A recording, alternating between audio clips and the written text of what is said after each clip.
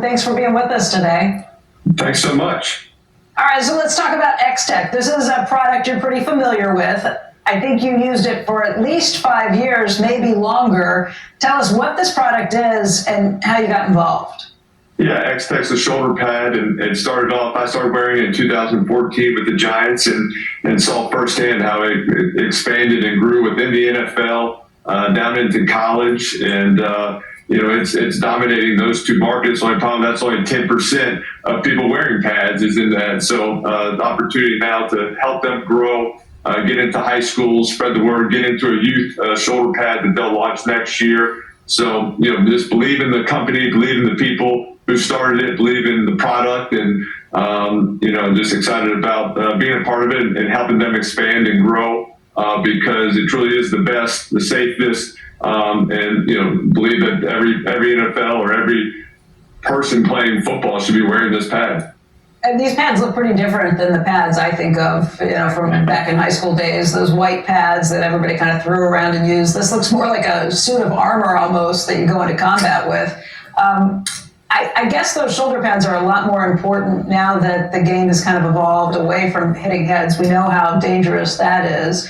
What is really different about what makes this different than the white pads I think of? Yeah, and I think just more customization and coming in, the big shoulder pads that were bulky and you couldn't lift your arms over your head. That really helped quarterbacks and receivers and linebackers, everybody, being able to move around. So I think they're obviously they're a little lighter, they fit better, but just the mobility that you have to get your hands over your head for a receiver, catching a ball over his head for a quarterback, not having to throw sidearm because their shoulder pads fit correctly now. So those are the biggest differences. And times are changing where, like you said, in high school you used to show up and you just grab whatever pads were laying around and you wore them for 4 years and you never changed. And parents are getting more involved, and you see that in high school where parents and the players are now buying their own pads because they see, hey, this is what Josh Allen is wearing. This is what Matthew Stafford or Justin Jefferson or Max Crosby, these are guys in the NFL and college are wearing. Parents want their kids in the best product, in the safest product. And there was not a whole lot of innovation in the shoulder pad industry. All the focus was on helmets for a long time and concussion. So that's kind of really how X-Tech got involved. They said, we got an opportunity to produce a better product and start in the NFL, get those guys wearing it, and spread down into college now into high school. Well, let me ask you, how expensive are these things? Is it a product that everyone's going to have access to? And is football safe if you can't get the best equipment that's out there?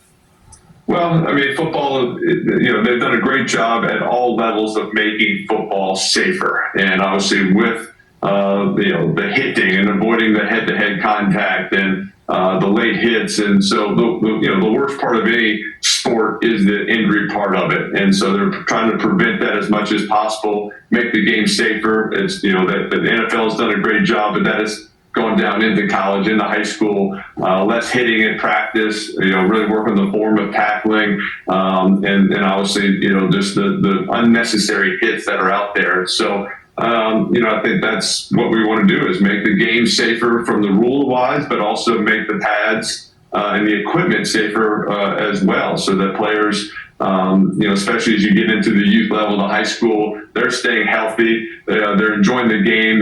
They have a passion for it. The parents can feel great about sending their kids in to play tackle football, and so. And then once you get into college and NFL, it's such an investment for your school, for the players themselves, opportunity with NIL, with contracts and making a living. Injury is something that prevents you from doing that. So I think that's the opportunity that they have to, hey, that's the motivation to wear the best pads so you stay healthy, so you can have a long career. Eli, let me ask you a broader question about sports and business. The valuations of sports franchises. We know that you had looked at becoming a minority owner in the Giants and walked away and said, it's too expensive. But you do own a stake in Gotham FC, the women's football club. And I just wonder if you think there's a lot more value in some of these newer, younger leagues than there are the big giants, like the Giants, like the NFL.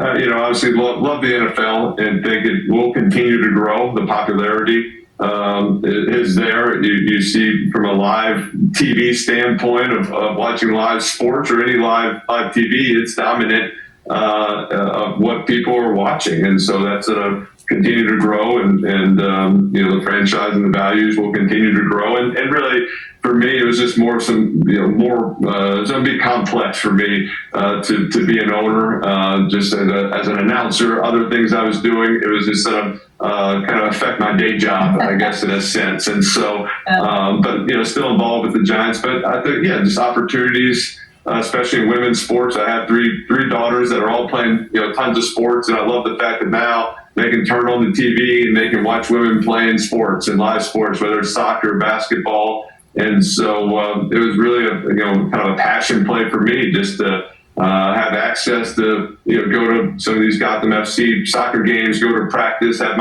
my daughters be around these women that are playing professional sports, for them to have role models and to hear their stories and to see their passion that they have. And so it's been a lot of fun. Learned a lot, and but I think I love the fact that it's the norm now to turn on TV and everyone has the opportunity to watch so many different sports, especially the women's sports, and how it's grown. Yeah, I love it too. All right, here's a really quick question for you. I'm sure you've got an easy answer on this. NIL has made such a mess of college sports at this point. If you were in charge of college athletics, how would you pay the athletes to make it fair, but also, give the university something where maybe it feels more like fan sports again?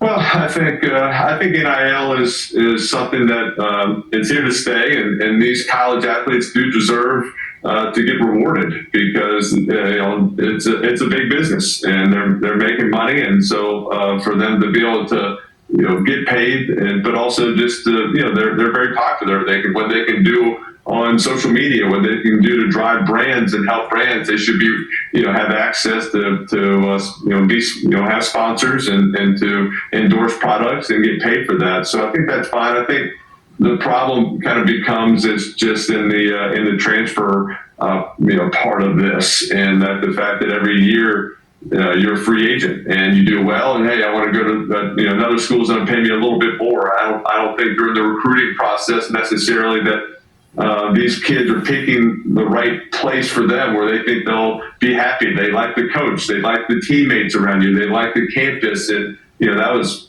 part of the decision I made when I went to college. If I never played down a football in my life, will I be happy at this school? Now I think a lot of the decisions are based on, hey, this school's going to pay me a little bit of money. It's far from home. I don't really like the coach, and I'm gonna be. There's two other players in front of me that are really good, but they're paying me the most, so I'm going there. And it's not shocking that they're not happy and they have to leave all the time. Or if they do well at a smaller school, another big school's going to come in and pay them more money. So I don't like that access, that part of it. So I think they got to fix the transfer portal a little bit, but I believe that players should be rewarded for what they're doing, because they're driving a lot of revenue through that school and that community. Yeah, transfer portal, maybe having tighter constrictions would be a good thing, though. Eli, thanks a lot for joining us this morning. We appreciate your time. Thanks so much. I appreciate it. Okay. And by the way,